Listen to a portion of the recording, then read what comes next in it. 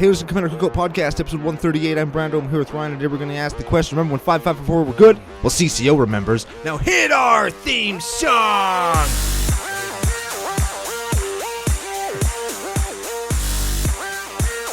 Hey, Ryan. We're back for yet another whirlwind adventure. How you doing? Good. What's going down? Whole bunch is going down. We're starting off a new arc. We got new patrons. We got new... What else do we have? Winners. Lots to talk about. We're both still hurting from Vegas. Your intros are so goddamn ridiculous.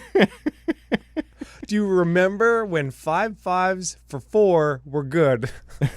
Well, CCO remembers. Well, we do remember. Oh, man, yeah. And we're going to talk about those days gone by. We're going to bring everybody up to speed with a new deck from an old format. But before we do that, we're going to thank our official sponsor, FaceToFaceGames.com. They're Canada's biggest Magic store. Very much so. And Face-to-Face, provider of Modern Horizons booster packs to give out to listeners in Magic Fest Las Vegas. Yeah, they were very good at coercing people into playing games with us. Yeah, suckers.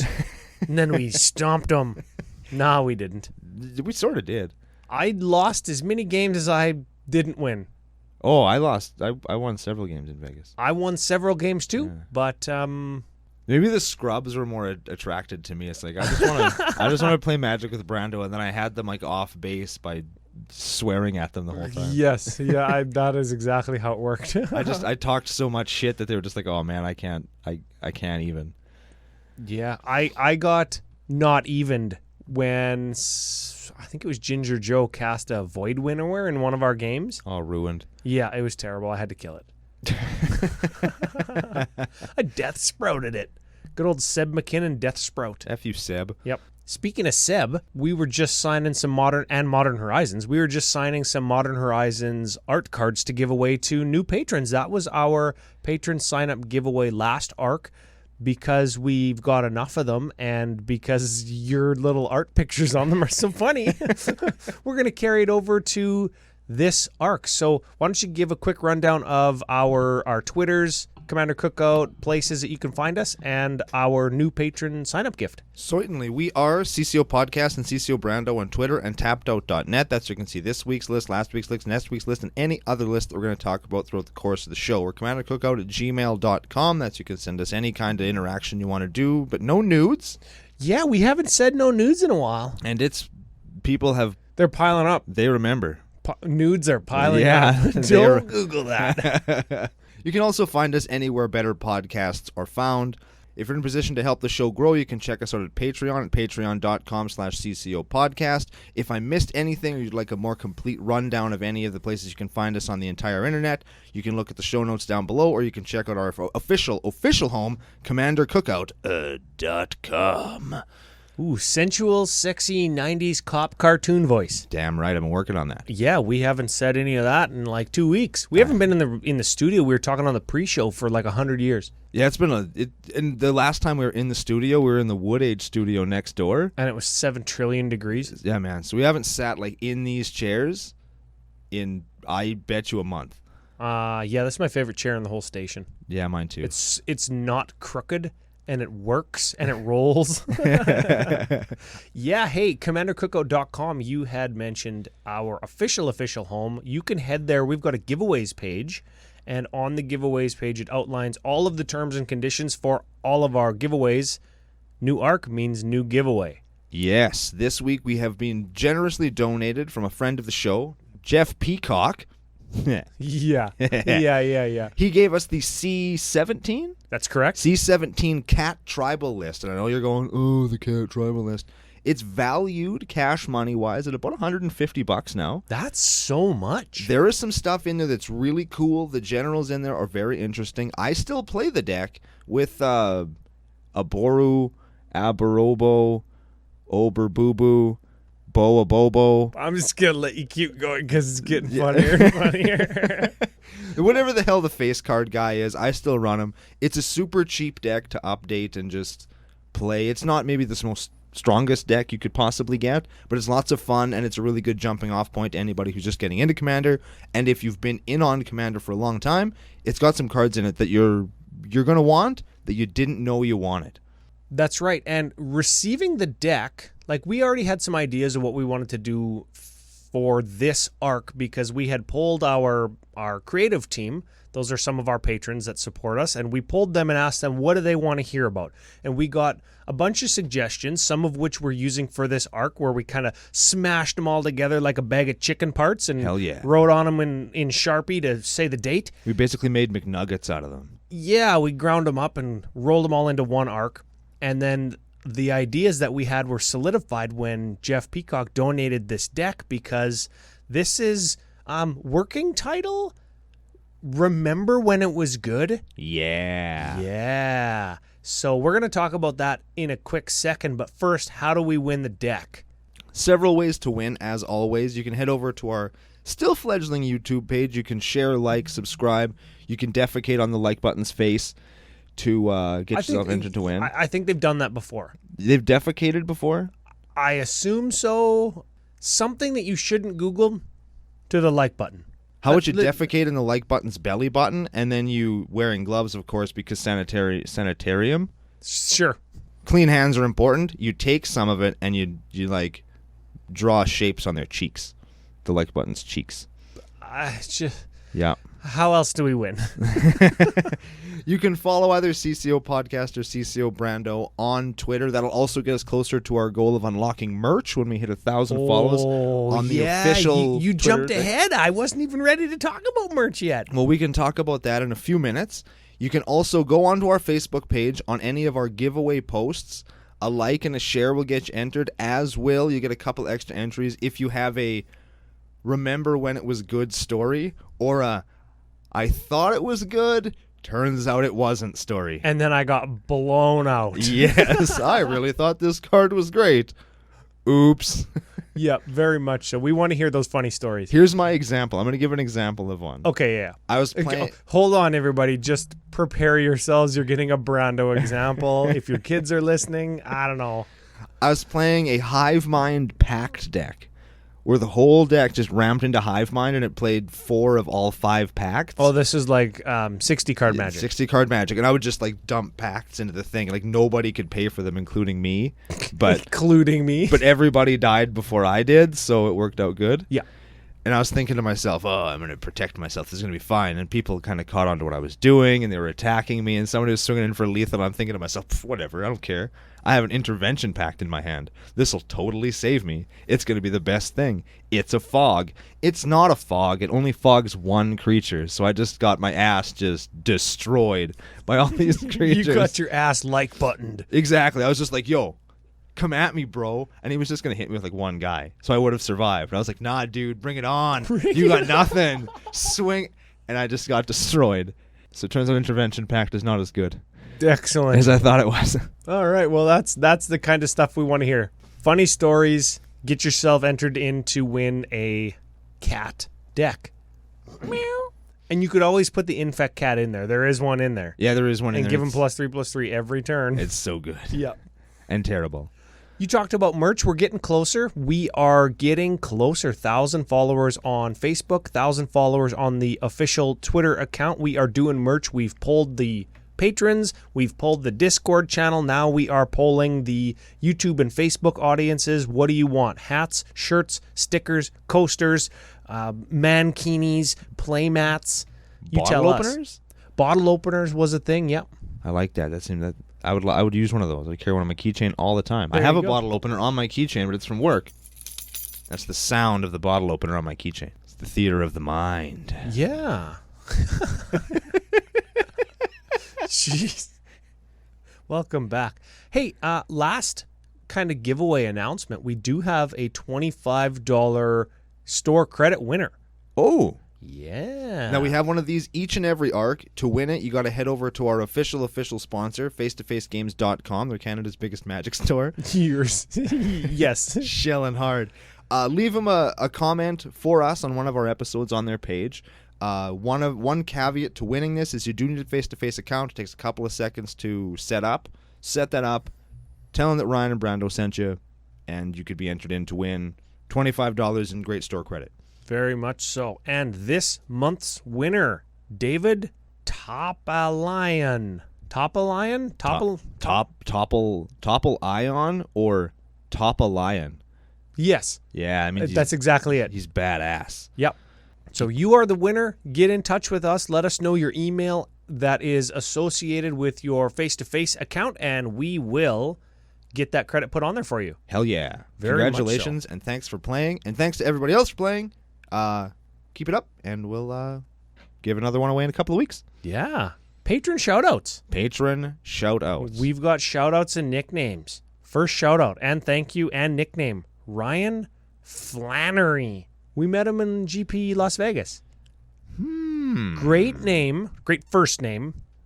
Destroy his last name. How about Ryan Flannel-Airy? And you think, Brando, what in the goddamn hell is that? And in my head, because an airy is where birds live. Yes. So it's an owl in a little lumberjack vest, and he's just standing there looking all disgruntled, probably drinking a pill. We don't know.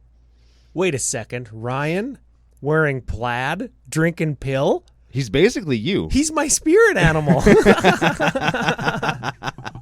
You know what? If that flannel pill drinking owl came to my house and just sat on top of my house for about a week, I would give it free pill the whole time just to kill all the ground squirrels and moles in my yard. Hell because yeah. they're back. Oh. And I am ready to get my gun. I'm ready to get smoke bombs and landmines and my rifle. I am ready to I want it to look like Rambo 2. Yes, I was going to make a far less politically correct joke because I'm ready to kill these little rodents in my yard. I definitely watched Rambo 2 yesterday. Oh, yeah? It's a good-ass movie. Yeah, Rambo 1 through 3 were all very good. Rambo 4 through 87. I don't know. Oh, Last Blood. Last Blood. They didn't spoil the ending of that movie at all. No. Next shout out. Another Vegas meter upper. Ooh. You actually altered this man's card. Ooh, I'm sorry. Yeah. He asked for it. Christopher Oliveras. Christopher Aloe Vera. He rubs the aloe vera on his Christopher. I don't know what that means. He rubs the lotion on his skin. Just don't Google it. You're fine. Yeah, you're good. Burn. Christopher, thank you very much. Welcome aboard.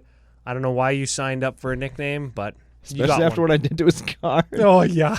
Was he the Decimate guy or the Mountain guy? The mountain guy. I think that the Mountain was probably my shining achievement. That is the peak of your creative portion of your life. Very much so, yeah. I really enjoyed that a lot. And returning patron, who I said thank you to online, and he said, I didn't know I was not a patron anymore. And I said, yeah, me neither. Welcome back, Cam Mowat. Oh, Cam Mowat to Cam Yeah, Mowat that's to it. Cam Mowat. Yeah, that was fun. F-U-do-do-do-do-do-do. That's him. We played with him in Vegas as well. Oh, that guy was fun. And he's 98 feet tall. Yes. And he brought his buddy along, and we were all just, I think it was me and Smitty were playing with him. We were just shooting shit the whole time. It was super fun. That was the 87-year judge call that you had with Will Rowan. That was Joel. Me and Joel and Cam Mowat and his buddy, yeah. Very excellent. That was super fun. Well, welcome back aboard. Welcome back aboard, new patrons. Thank you for signing up. We very much appreciate it. Should we get to a deck? It's been a long time since you got to a deck. Oh, man. We kind of did one last week when we were recording in the hotel. Just threw to it real quick. Just banged out a deck tech real fast. Yeah, so this is the arc of when it was good, or remember when, right? What we're trying to do is highlight some strategies or specific cards that used to be really good. And not necessarily in EDH, while this one does maybe check that box. We are trying to go backwards in time and see when cards were good. Are they outclassed now? And specifically, can we kind of smash them into a CCO kind of stack of 100 and make them good again? The answer to that last part is, of course, yes. Right? Because probably we can take anything and we can talk about it until it's good. We can sell it. Yeah, we'll sell it. Yeah. That's right. We are selling. This is the functional equivalent of selling magic card ice cubes to Eskimos. Yes. Now, what are we... You played this deck that we're making good today, did you not? Sort of. There was like Fire... What was it called? It was called Fires, or My Fires. This was like a... Let's call it a turn of the century. See what I did there? Yeah, okay. 2099, 2000, 2001 deck. This was a standard deck when Masks block and Invasion block were in standard. Those are two of our favorite blocks. Yeah, what a great way to start the arc. And it's based on turn 1 Mana Dork, which, I mean, we're not playing a lot of those in this deck, but No. turn 1 Mana Dork gave you 3 mana on turn 2 for Fires of Yavimaya. Gives all your creatures haste. You can sack it to give a creature +2/+2. That's right. And you would turn your turn 3 with now 4 mana, because you have that Mana Dork still, you would turn that into a card called Blastoderm. Or colloquially, Blast of Sperm. yes, a 5/5 for 4 Whoa. with Shroud. Whoa. Yeah, I forgot that until exactly right now that mother ass has Shroud. Holy God, that's good. A 5/5 for 4 with Shroud, but it's got Fading 3. So at the beginning of each upkeep, you take a fade counter off of it. When you cannot remove a fade counter any longer, then you sacrifice it. Worst. So you got that thing for like 4 turns. 3. Well, no, because when you remove the yeah. last fade counter, it stays there. The Right. next upkeep, when there is no fade counter to remove, that's when you sacrifice it. Yes. Okay. Yeah. It was confusing. Yeah. Right? That's why they changed it on Calciderm, the color shifted one, which we're also playing, Yes. and called it Vanishing and gave it Vanishing 4. Because when you remove the last counter, you sacrifice it. Right. So when you gave that thing haste, you get a 5/5 for 4 with Shroud for 4 turns. And you could just kill somebody with it because you're also playing like Shock and other burn spells. Neat. You just kill everything in its way, and you just kill them with Blastoderm or 2. A Blastoderm or 2. You kill him with. You get him with a Blast of Sperm or 2. You could just Eiffel Tower your opponent with Blastoderms. Oh no! Do not Google any of that. No, do not. He's a common also. And he also destroyed the draft format because I don't know about you, but 5/5 for 4 with Shroud, I would just draft like 10 of those in a draft deck and just add land. Absolutely. Go. Yep. Just wait until turn 4, and there's like, oh, your deck sucks. Oh yeah. Oh yeah. I'll show you whose deck sucks. Like. Yep. So let's there's actually a bunch of cards in here. Like, who'd have thought 5/5 for 4s were good since like the dawn of time? Who knew? I don't know, like Juzam Jin from Arabian Nights, Balduvian Horde, Emperor Crocodile, Blastoderm. I don't know. Maybe we're playing some of those cards. We'll have to find out. But let us know who the commandy is first. Okay, now I've added a color because I wanted to play the color shifted Blastoderm. Plus, I don't hate you for that. And I think, and maybe this is just me, but I think that maybe the 5/5 or 5x that attacks, maybe you get some good value out of that. But there's a lot bigger, meaner stuff out there now. There's 6/6s with Death Touch. Right? Yeah, for 5. You gotta Or watch 6, out for. You gotta watch out for those things. So I needed a general that could kind of take some of the heat off of me, right? And we wanted to play some of that new hotness from C19. We are checking every single box. Ticking every box, and we're playing Marissi, Breaker of the Coil. Ooh. And he's Naya and 1 for a 5/4, so he's already on theme. Is it a dude or a chick? A girl? A lady? I don't know. It's very androgynous, but it's very muscly as well. And Yes. Females across most species don't have the hormone production that males of their equivalent species have. I don't know what this is supposed to be. It's hard to say. But Give it a read. Give it a read. what the card says is your opponents can't cast spells during combat. Already cool. Yeah, and nobody's combat, not just yours. Nobody's. So he's already good. New paragraph, whenever a creature you control deals combat damage to a player, goad each creature that player controls. So you can sneak in at the most threatening player, the dude with the most stuff, and now he has to attack, but not you. The second most threatening player, because you have got all of the aggro on the earth. Oh yeah, I guess we're playing 5/5s, not 2/1s. Yes. No cats. So that's what Marissi, Breaker of the Coil does. Sweet. And just complete flavor win coincidentally, 5 power, for 4 mana commandy. Yep. There you go. That's so good. Now, filling out the deck, of course, we have a bunch of creatures that are going to seem maybe not the best, but they're all on theme. They're all on the pay scale that we want. Yep. Hey, can I jump ahead real quick? We don't usually do this. We wait until the strengths and weakness section. Sure. But I want to highlight this strength, these 2 strengths, just to frame the deck in the right light. Let's do it. Strength, damage output. The first time you attack, 5 damage. And Yes. then 10 damage. Then 15, and then 20. That's like 45 damage. Slots. So you could attack a player for 5 and then a different player for 10, 15, then 20, right? Like you could spread your attacks around and just start killing people and move to the next player. And you can do all of that in the first few turns if you hit a timely ramp spell and or if your opponent is off pace with their sweeper. Yeah. Or they're off balance, or they just don't have what they need to stop your giant dude. Yeah. Because in a lot of cases in the early game, you're going to have a 5/5, and they're going to have 2 dorks that they ran out early that they don't want to block with. And whatever they use those dorks to play might even still be smaller than what you're playing. So that's some shit. So let's talk some Creech. All right, first creature. For those of you new to CCO Nation returning, or those of us that realize it's been so long since we've done a deck take, just don't goddamn remember. How we do things, we're going to go alphabetically through all the creatures, then we're going to hit the other types of cards, and by the end we're going to have a nice big bow to put on the deck. And we're going to start with another card from Nemesis, that's from Masked Block, in Ancient Hydra. He's a 5/1 for 5. Wait a second. 5/1 for 5? Wait, finish reading him. Okay, fading 5. Okay, so you better have a pretty good upside. Pay 1, remove a fade counter from Ancient Hydra. Ancient Hydra deals 1 damage to target creature or player. So he gets guys out of the way. Gets those dorks out the way so you can 5 them. Yeah, because not a lot of trample. Yes. Trample is an ability that you have to pay mana for on top of your 4 mana 5/5. Yes, and then they become 5 mana 5/5s, and that's just not good enough. Oh yeah, it's terrible. Yeah, Ancient Hydra, get them out of the way. How about Balduvian Horde? Ooh, yeah, this was a Type 2 staple back in Ice Age Standard. Type 2 is what Standard used to be called.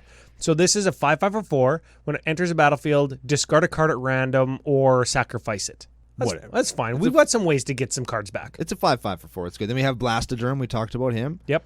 Baduka Gardener. Badook. Get Badook. Get Baduked. That's like getting bajuked. Anyways, he is not a 5 mana thing. He is a ramp spell, mana dork, right? 2/1 for 2. Tap, put a land card from your hand onto the battlefield. If you control 10 or more lands, flip Baduka Gardener, and he flips into Dokai Weaver of Life. Sure. I can read upside down. I didn't know what that first word was. So he is a legendary creature human monk. 3/3 is what he flips into.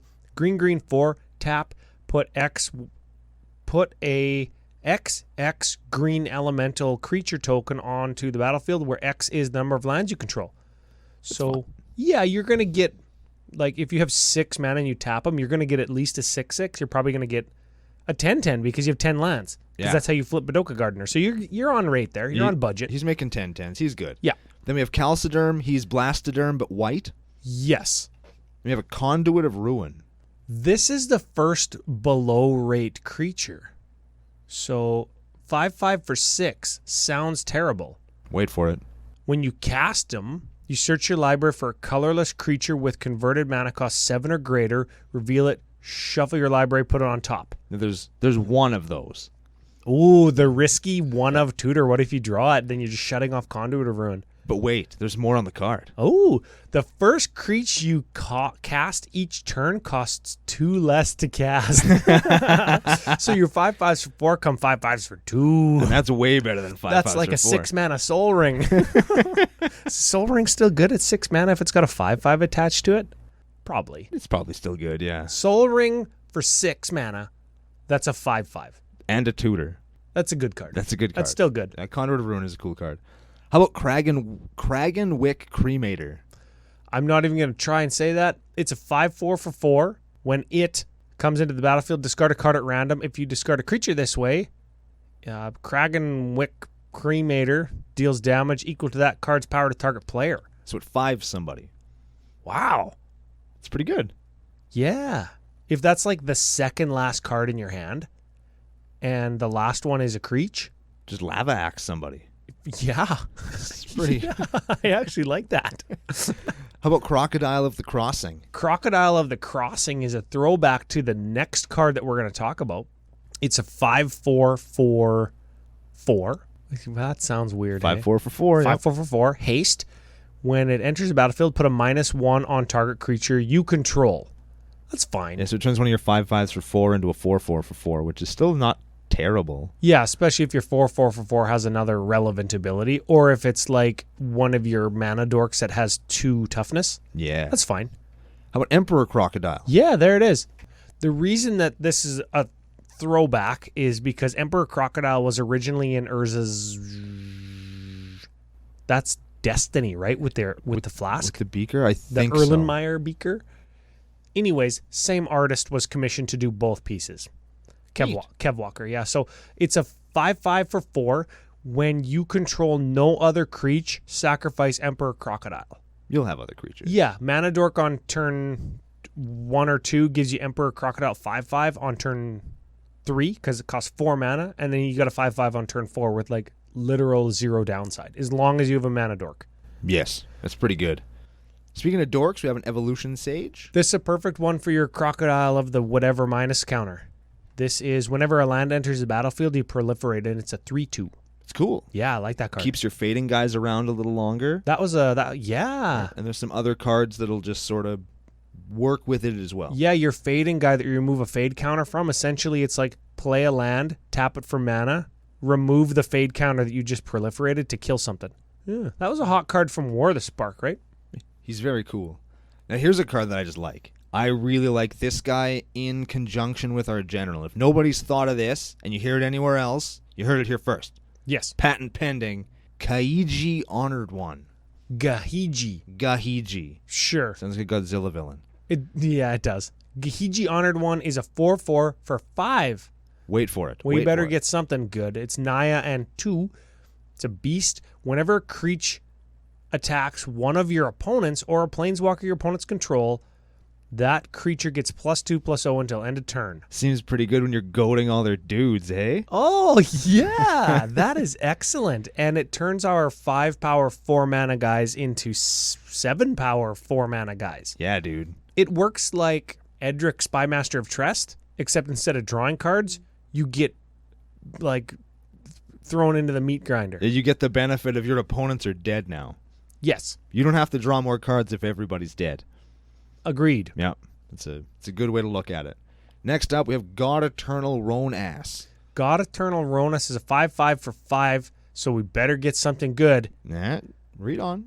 Death Touch, so that's worth maybe a mana. So he'd be a 5/5 for 4 if he didn't have that. What else he's got? Let's see here. When he enters a battlefield, double the power of each other creature you control until end of turn. Yeah, I think. How do you like 5/5s for 4? Good? How about 10/10s for 4? Really? Could we kill somebody on turn 5 with that? If you've got like turn 1 Mana Dork or Sol Ring, that gives you, well, turn 2 Sol Ring gives you turn 1 Sol Ring gives you a 5/5 on turn 2. If you just have a regular Mana Dork, you've got a 5/5 on turn 3, a 5/5 on turn 4, and then Ronas on turn 5, let's say. If you've hit with your 5/5s for 10 damage already, that puts them to 30, and then you hit them with 10 more and 10 more. That doesn't kill them, but It's close. Somebody's in a world of hurt. Yeah, somebody's butthole is puckering, and they're in a world of shit. Yeah. Speaking of creatures that can put somebody into a world of shit, here's our Conduit of Ruin search target. Oh, yeah, there it is. In Godsire. Godsire. The very first game of Magic I ever played at your house, you beat me with this card. He's an 8/8 for white, green, red, 4. Ooh. So he's an 8/8 for 8. So he's on rate. Oh. I'll see myself out. Vig. So now he's above rate because you can attack with him and block with him. Excellent. You can tap him after you block with him to put an 8/8 beast creature token onto the battlefield. That's awesome. Yeah, so after the first turn of blocking with them, you just get an extra 8 power for free. Yep. Yeah. So good. I used to play it with Pandemonium Yes. because you just, yep. And he's not legendary, hey? No, you can have more than one of them. He's a house, that guy. He was the creature that convinced me that power creep was a real thing. 8/8s with Vig for 8 that just give you more 8/8s. Yep. It's not terrible. Yeah, who knew? I mean, you know what? I'm super medium on him. Whatever. He's fine. Speaking of medium cards, how about Goreclaw, Terror of Calcisma? Yeah, this is a 4/3 for 4, so we're doing okay. Creatures that you cast with power 4 or greater, so all of them, cost 2 less. Hell yeah. Yeah, so you get to 4, and then all of your 4-drop 5/5s cost less. Whenever it attacks, each creature you control with power 4 or greater gets +1 and trample until end of turn. So just gravy at that point, right? Yes, it's just the added benefit of now you're rocking somebody's whole life out. Now I'm playing these next 3, all from original Ravnica block, all play on our high rate, high return mana to power toughness, and work really good with our commander. Yes. Oh, yeah, they do. And we've got some cards to take care of the residual. Yes. Yeah, we're good. I'm going to start with Hunted Dragon. Hunted Dragon, 6/6 for 5 flying haste. Your opponents get 3/2/2 knights to fight it with first strike. But they don't fly, right? No. So we can still attack for 6. They can hit us back for 6, but they can't because they're goaded. Yeah. Yeah. Exactly. And Okay. it's one guy. So you give them 6 power worth of dudes, crack them for 6. They attack your opponent for 12 because they get bigger with the gotta heat a Godzilla guy. It's perfect. Oh, yeah. I like that. It's the perfect plan. Yeah. Next up, we have Hunted Lamassu. Same thing, except it's a 5/5 flyer for 4, and you're giving them a black horror 4/4. Yeah. Yeah, okay. And the last hunted thing we have is a Hunted Troll. 8/4 for 4 with regenerate. Now we're talking. Now we're talking. Now we are cooking. When it enters the battlefield, you're giving your opponents 4 1/1 blue fairy creature tokens with flying. And you don't care because you're just going to goad them and they're going to hit somebody else. Yes. Yeah. An 8/4. Excellent. For 4. Oh, I love Magic. Next up, we have an Imperiosaur. This must have been errata to dinosaur, hey? It is. It is. So this is a dinosaur for green 2, 5/5. Spend only mana produced by basic lands. Yeah. I like the idea of him. I want to see more of that. I want to see that. I want to see like above rate creature. I want to see guys that like just hit hard, but you can only use basics. That you can only use basics on them. I like that. Get bent multiple color commander decks. Yeah. Yeah, right? How about Juggernaut? The Jug. This was like the most aggro best card like back in the Alpha Beta Unlimited days. So throwing back to back when it was good, the Juggernaut 5/3 for 4, can't be blocked by walls. It doesn't care if you have walls. So I mean, like everything can block this because nobody plays walls. Yeah. But it has to attack each combat if able. You don't care. They can't kill it after you've declared it as an attacker because you're commandy, and they can't attack you back. It's really good. Yeah. It's very good. Also, the new art is really cool. Give me the old Juggernaut art. Yeah, it's pretty that cool. That thing. I don't know what it was. How about Marissy's Twin Claws? Only in here for flavor. Yeah, it's a 2/4 double strike for 4, and it hits for 4. It's fine. I like it. You could cut that for anything else. I just thought it was cool to have one of those in there. How about Mael of the Enema? Mael of the Enema. Naya, for a 2/3 elf shaman, you pay Naya and 3 tap. Look at the top 5 of your library. You can put a creature card with power 5 or greater from among them onto the battlefield. Huh. Just for free 5/5. Well, sorry, it's a 5/5 for 6, but you're not casting it if that matters. Like if you're playing against a control deck. You can get it for free. It's pretty cool. And if you've Conduit of Ruined your Godsire to the top and you still have a bunch of mana left over, you can just get it. Yes. It's cool. Yeah. Essentially, it's 6 mana, draw, and play a creature.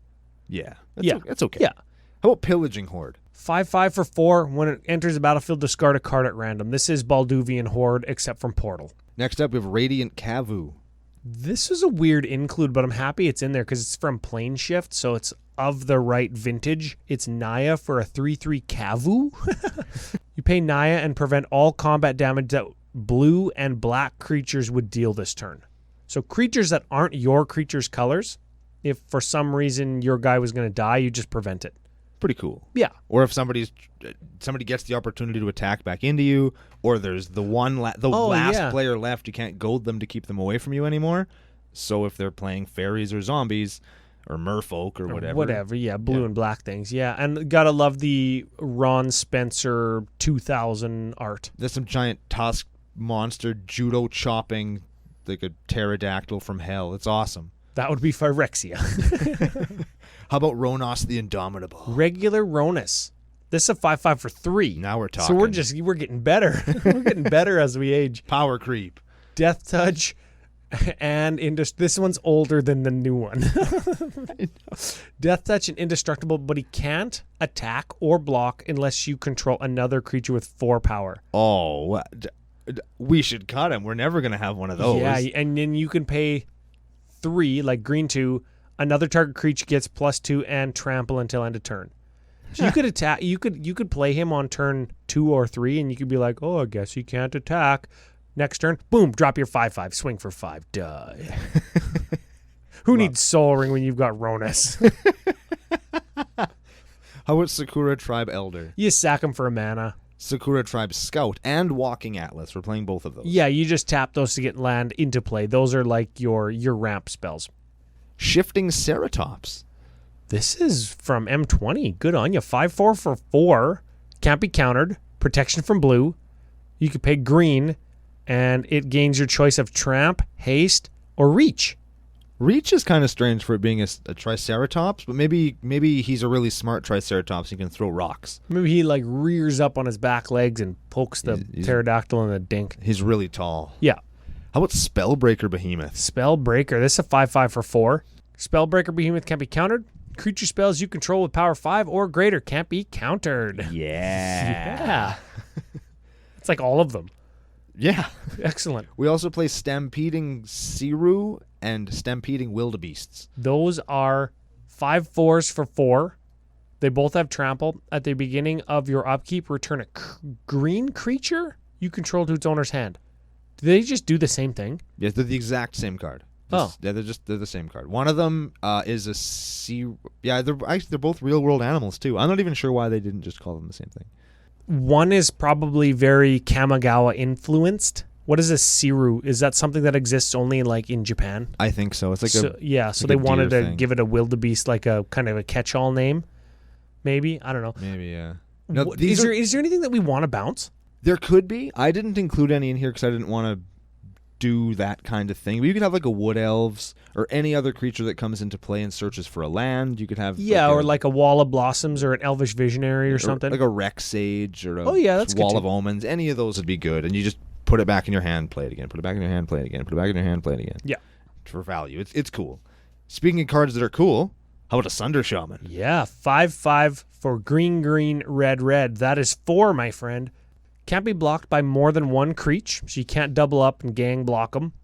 When he hits you, destroy target artifact or enchantment that you control. Very good. That your opponents control, I should say, not us. Yeah. So you punch somebody in the face for 5, and while their nose is bleeding, you poke them in the eye. It's awesome. Yes. Or give them a titty twister. Does anybody do that anymore? I hope not. Those were really painful. Yeah, that sucked. All right, speaking of things that suck, but we're playing it anyway, how about Tarngarth, First Mate? Yeah, we were super soft on this card, and here we are like a week later jamming it in the deck. Welcome to CCO Nation. 5/5 for 4. He can't be blocked. Can't be blocked by more than one creature. Oh, just like Sunder Shaman. Yep. Okay.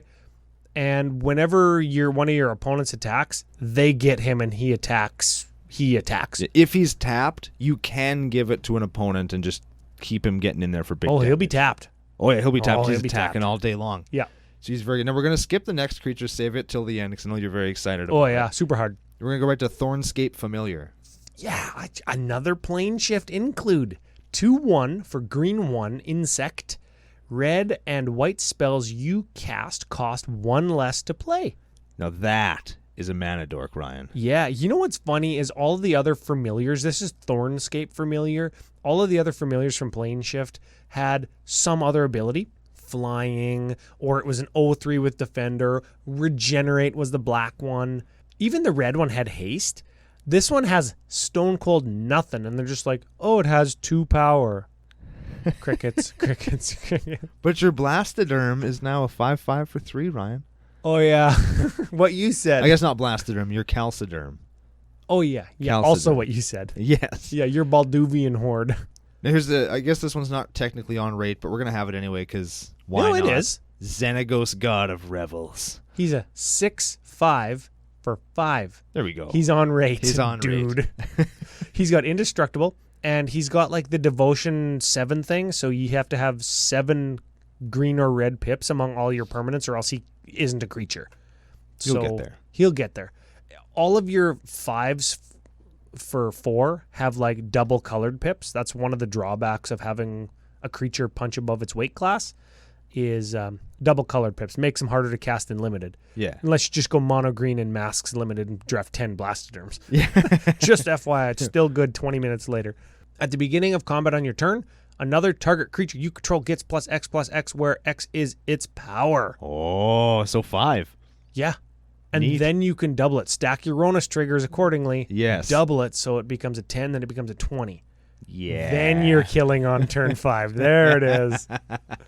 And the last creature, it'll come into play why we're playing this when we get to the sorcery section. We're playing Taminoa. We are checking one of my boxes. Don't Google that. Way back in the day when we first started planning CCO, I wanted to build like a hidden Commander Taminoa deck. This is really close. And Taminoa actually inspired me to build the Savine, the Chronoclast deck, like the C19 Jeskai guy that doubles all of your flashbacks. Taminoa inspired me to do that. So Taminoa is a 2/4 for Naya colors. Whenever non-creature source you control deals damage, you gain that much life. Whoa. What? So when we attack, we're not gaining any life, but when we go to the instance and sorcery section, boy howdy. Maybe we'll gain some life, We'll Ryan. be gaining some life. So that's the Creech. What do you think? Sweet, as we say? Sweet. 4/4 for 5s. Remember when they were good? I Or do 5/5s remember. for 4. Well, They're still good. it turns out they're still good. Weird. Yeah. When you punch above your weight class, that's good. Yeah. And you'll notice that they just got better as time went on. Like, Blastoderm is still good, but, like, it didn't destroy artifacts and enchantments whenever it hit people, and it made it harder to block it.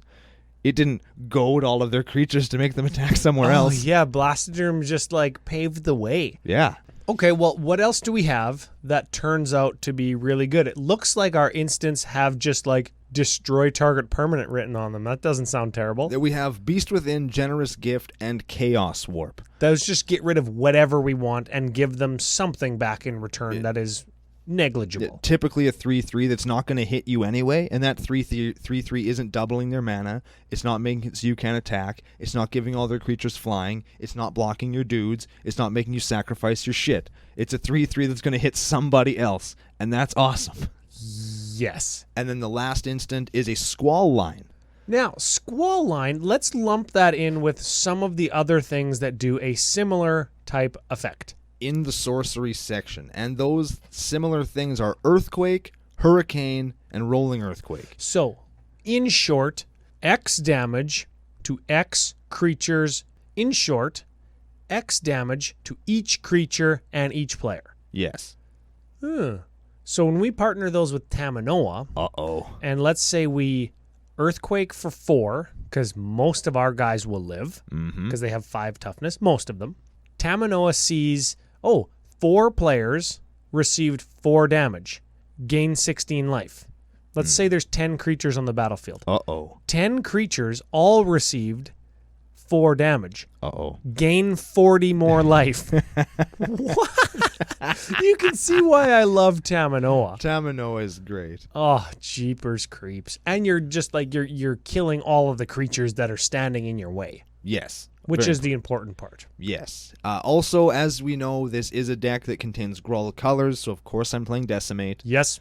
They're also playing Regrowth and Restock. And those are important just to have a couple effects like that, because we've got cards that their 5/5 for 4 drawback is when it enters the battlefield, discard a card. Yes. So that's how we get our cards back. I think that's fine.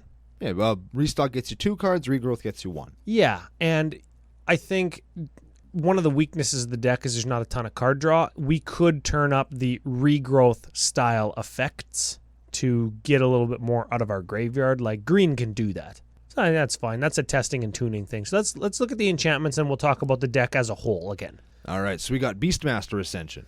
Attack with 7 dudes. All your guys get +5/+5. Hell yeah. Colossal Majesty. I didn't know what this card did. I'm going to read it here. It's enchantment green 2. At the beginning of your upkeep, if you control a creature with power 4 or greater, draw a card. Okay, so that's fine. I like the picture. That's the guy's foot up there, hey? It's a dinosaur stomping on a bunch of other smaller dinosaurs. I thought they were monkeys. Or monkeys, whatever. Monkey dinosaurs. Monkeysaurus. Get wrecked, Monkeysaurs. We have a doubling season. I didn't know why this was in here, but we're going to get back to it. Double all the counters and all of the everythings on all the things you do. Everybody knows what doubling season is. When we get to the cards that really illustrate why it's here, we'll talk about it. We'll remember we've got some fading creatures, right, that we don't want to die. So if we can have them enter the battlefield with twice as many fade counters. Yeah, Blastoderm's around for 8 turns instead of 4. That'll do it. That'll get you there. Yeah. We got Fervor. All your creatures have haste. Fires of Yavimaya. All your creatures have haste. I didn't actually pick that up right away. Why not Rhythm of the Wild? Good include. +1 or haste. You pick. Put that one in there. Yeah. That'll go in there too. How about Raking Canopy? Whenever a creature with flying attacks you, Raking Canopy deals 4 damage to it. This card is expensive. Is it? It is. Only ever 1 printing in Shadowmoor. Cut it. Rhythm of the Wild. Put it in. Haste or +1s. There you go. And the last one is, now we can harken back to the doubling season. We have a Saproling Burst. Oh, this card, I didn't mention at the top of the show, turn 1 Bird, turn 2 Fires of Yavimaya, turn 3 Blastoderm, turn 4 Saproling Burst. Boom. This was the finisher. So, enchantment, green 4, fading 7. Ooh. So enters the battlefield with 7 fading counters. You remove a fade counter during your upkeep. When you cannot remove a fade counter, you sacrifice it. What does it do? This is what it does. Remove a fade counter from Saproling Burst. Put a green Saproling creature token onto the battlefield that has this creature's power and toughness are each equal to the number of fade counters that remain on Saproling Burst. Then when Saproling Burst leaves the battlefield, you destroy all of those Saprolings. So what that means is you play it for 5, you remove a fade counter from it, you get 1 6/6. Or you remove 2, you get 2 5/5s for 5. You remove 3, you get 3 4/4s, right? The common thing that you could do is just do nothing with it and make a block when they attack, or make the appropriate amount of blockers to kill all their attackers. But to get the most damage output, what you would do is if you had your Fires of Yavimaya, you just make 2 5/5s and hit them for 10, which was great. But if you didn't, if it got destroyed, you could, at the end of their turn, make 3 4/4s during your upkeep, remove the fade counter to do the fading thing. Then you have 3 3/3s, you hit them for 9, and you Blastoderm them. And then you sack your Fires of Yavimaya to your Birds of Paradise, and you get in for 16 damage on turn 5. It's pretty good. After you've hit them with Blastoderm 3 times. The deck was awesome. The deck is very good. Now, why are we harkening back to doubling season, Ryan? I didn't get this right at first, and you said, well, Saproling Burst with doubling season is it hit me. Oh yeah, it'll come in with 14 counters on it. Yeah. You could make so many 6/6. So wait a second. Hang on just a moment. Yeah, you could make so many 6/6s, or you could make 1 13/13. No. You make 2 13/13. You mean I could make 1 6/6, or I could make 2 13/13s? Yes, that is for 5 mana. This is what we're putting on our new sleeves. Yes. Fucking both. Not only does it make your burst come into play with 14 fade counters, which makes your creatures twice as big, it makes 2 creatures. Oh man, that is so excellent. It's super good. Plus it doubles the fade counters on your other creatures as well. It doubles the head counters on that Hydra. It doubles Planeswalker counters when you're proliferating things with your Evolution Sage. Oh, yeah, because we have a Domri raid. Yeah. Yeah. So Is that the only Planeswalker? It's the only Planeswalker. We'll move to him right now. Let's just talk about Domri raid, because he's only there really for his last ability, but we'll talk about him. He's a little bit of card draw, a little bit of lots of stuff. He's a 3 loyalty, 3 mana Planeswalker. He's on rate. Yeah. Domri rate. +1, look at the top card of your library. If it's a creature card, you can reveal it, put it into your hand. I counted that as a card draw spell for the deck because you're playing like 78 creatures. He's got a -2 that makes you one of your dudes fight one of their dudes. Your dude will probably win. Most likely. And -7, this is the big one you get to with Doubling Season. You get an emblem with creatures you control have double strike, hexproof, trample, and haste. That's an emblem. It's an emblem. It's not until end of turn. Nope. She enters the battlefield the Doubling Season. He goes to 6. You do have to +1 him, and then you just play a land with Evolution Sage. That'll put him up to what? 8? Get the emblem, and it'll stick around to draw you cards. Yeah. Yeah, dude. Yeah, Domri. Domri's good. Yeah. Not bad for a little girl. Or whatever. All right, for artifacts, there are 9 of them. Lots of them are standard. A couple of them are not. Yeah, go clump all the standard ones that everybody knows. Okay, we got Emerald Medallion, Pearl Medallion, Ruby Medallion, Sol Ring, Swiftfoot, Boots, Lightning Greaves, Thran Dynamo. Everybody knows all those. Yeah. Note that we're playing the medallions because they make everything cheaper. They're just better than Mana Rocks. Most of the time, yeah. Then we're playing an Aether Vial. Aether Vial is also good with Doubling Season because you, at the beginning of your upkeep, you can put a charge counter on it, or 2 if you have Doubling Season, and you can tap and put a creature with converted mana cost equal to the number of charge counters from your hand onto the battlefield. Just get it to 4, and away you go. Yeah, get it to 4, and you can just cast your 4 drops for free. Then we're playing Aronas' Monument is the last one. Green creature you cast costs 1 less. This is a 3-drop artifact. And whenever you cast a creature spell, this is what's interesting about the monuments. They don't care about what color the creature is that you cast. Sometimes people forget that. Just cast a creature, target creature you control gets +2/+2, and trample until end of turn. Yeah. There it is. That's the deck. That's it. I like it. Sweet, as it were. Yeah, man.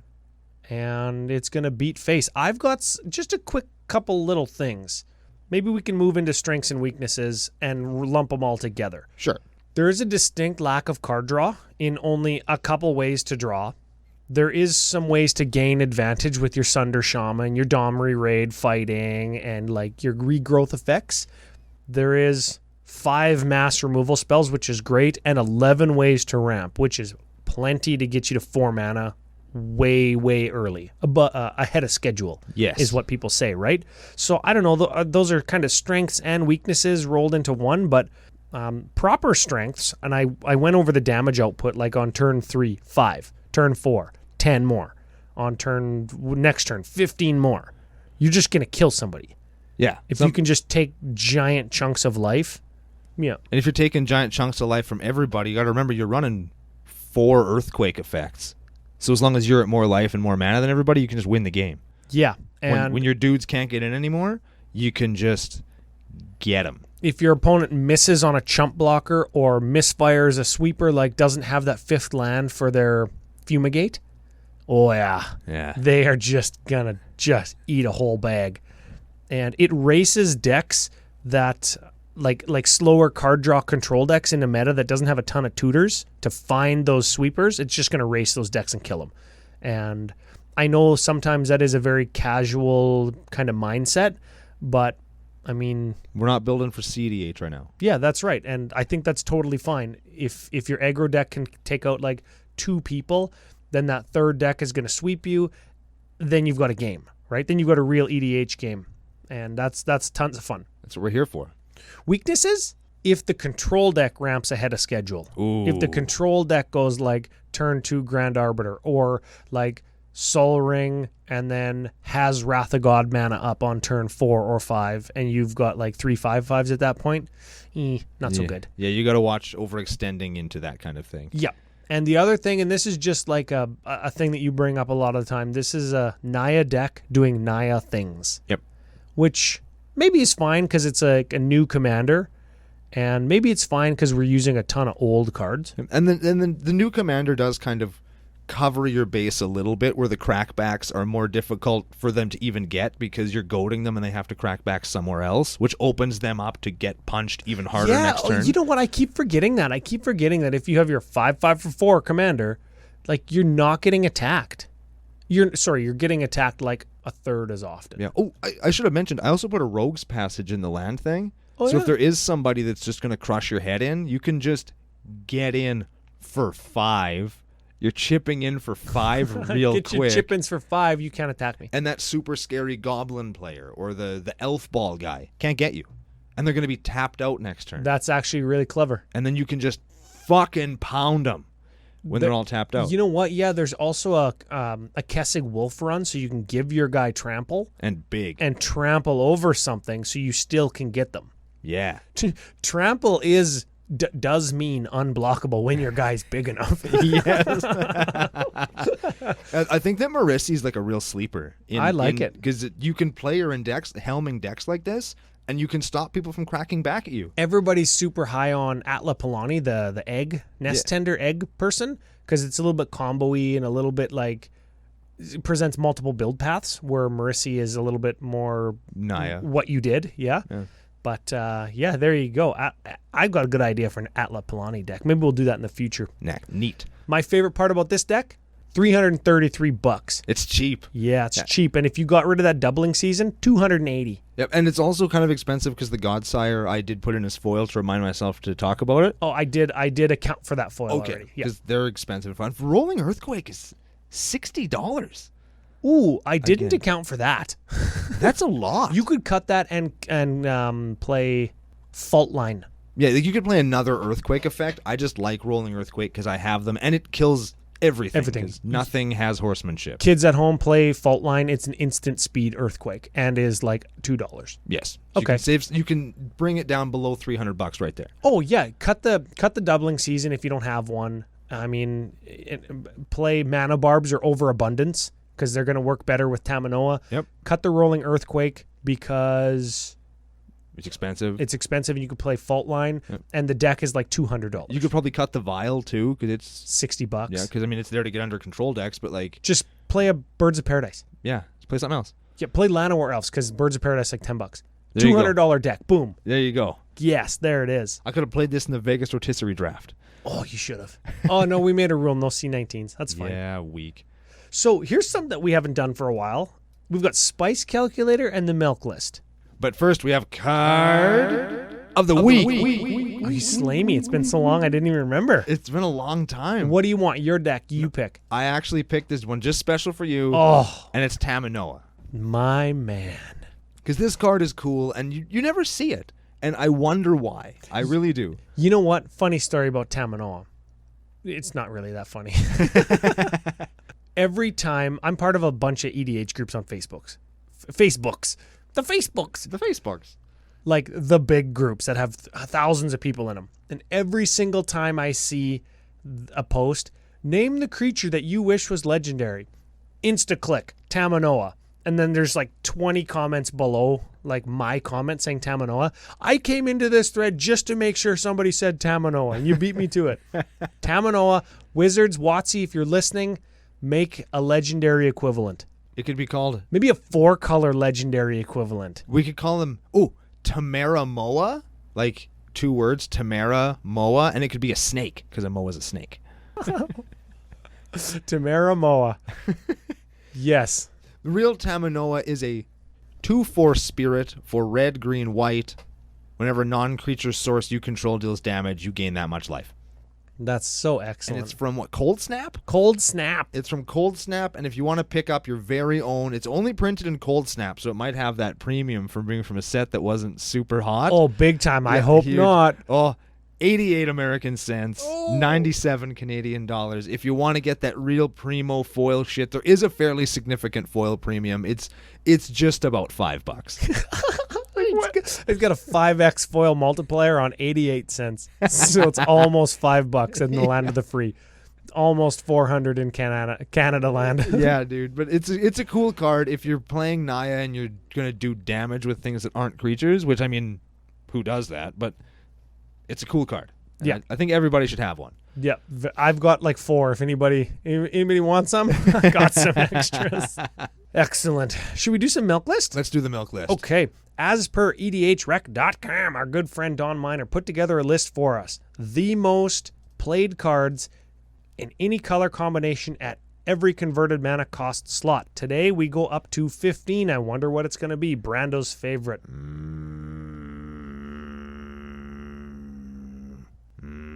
You sound like a pregnant, like a cat in labor. At the 0-drop slot.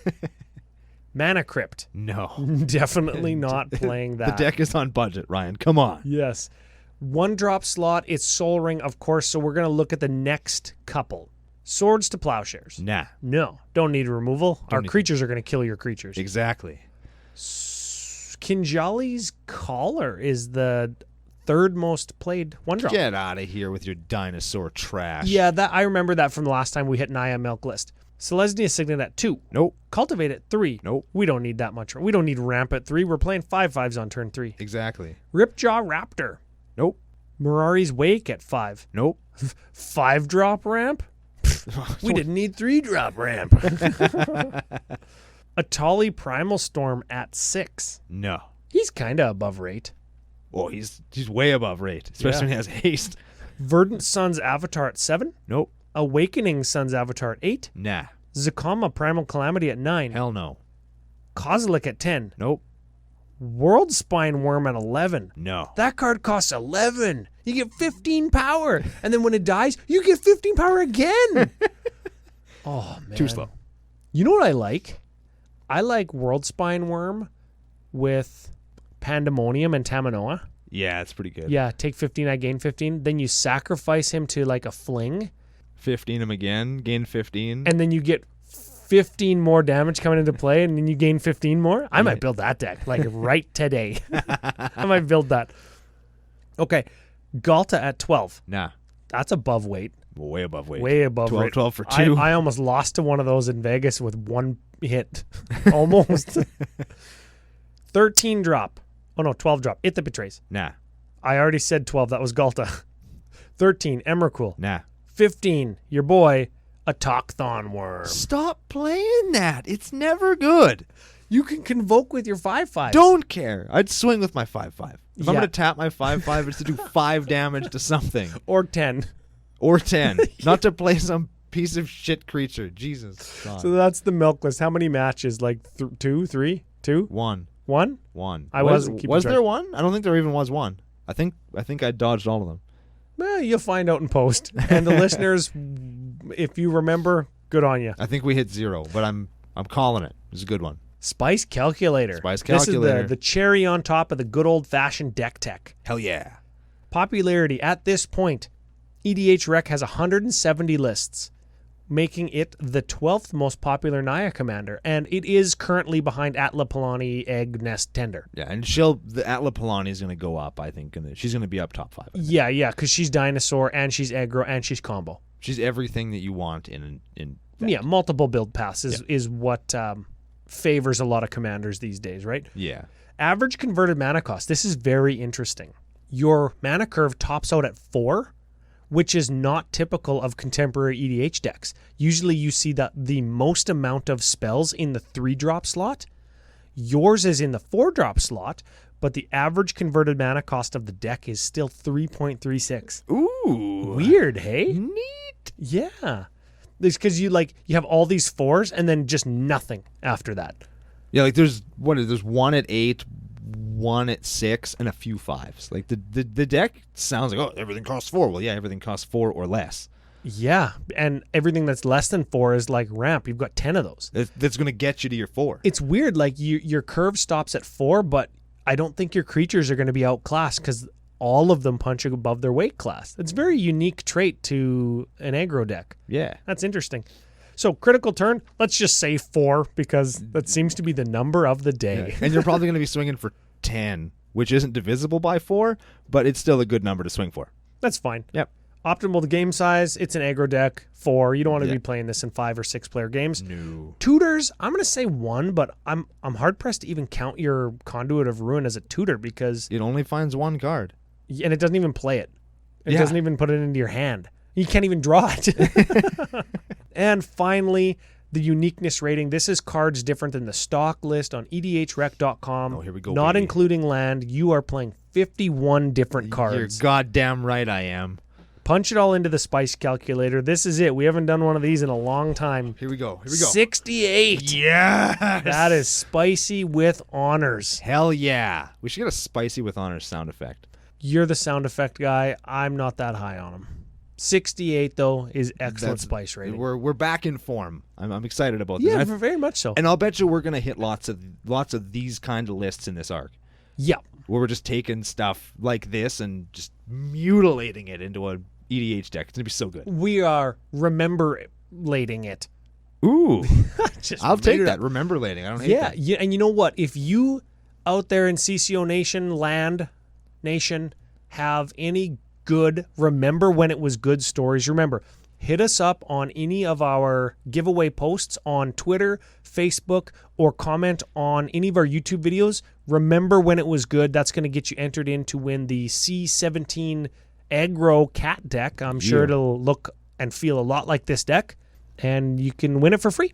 Yeah, and I mean, also, if you give a good story, maybe it'll inspire us to build a deck out of the story. Ooh, very much so. So you're helping us out in all kinds of ways and could possibly win a thing. Yeah, speaking of helping us out, comments on our posted shows on face-to-facegames.com. They are Canada's biggest Magic store. Will get you entered in to win a $25 gift voucher. I traded in some cards at 2 face-to-face games in Vegas. Maybe you'll buy one of the cards I traded in. Neat. Probably not. But you know what card I did trade in that goes great in that Tamanoa deck? Which one? Pariah's Shield. Hell yeah. Yeah, that also goes in my Savine deck. Hell yeah, it does. Yeah, it does. You just prevent all damage. Or All damage dealt to you is dealt to equipped creature. yeah, and all damage dealt to him is prevented. Yeah. Yeah, earthquake.deck. That's the whole deck. So if you liked it, check it out. It is on budget. You could probably build it with stuff that's in your older brother or sister's Magic collection because all of this stuff is fairly easy to find. Yeah. Not a whole lot of big-time budget breakers, which is fun. So go out, check it out. I'm excited. I might actually build this. I didn't mention that before the show, but I'm thinking I might actually put this together in paper and play a few games that I think it's going to be a good time. It's good to be back in the studio, back in form, back with all of you talking about what brought us to the dance, which is janky, fun decks. One last big thank you to our official sponsors, face-to-facegames.com. They are Canada's biggest Magic store. That's it for me and Ryan, and we are going to be back with you again for another super spicy deck tech on the next episode of Commander Cookout Podcast. Hit our theme song!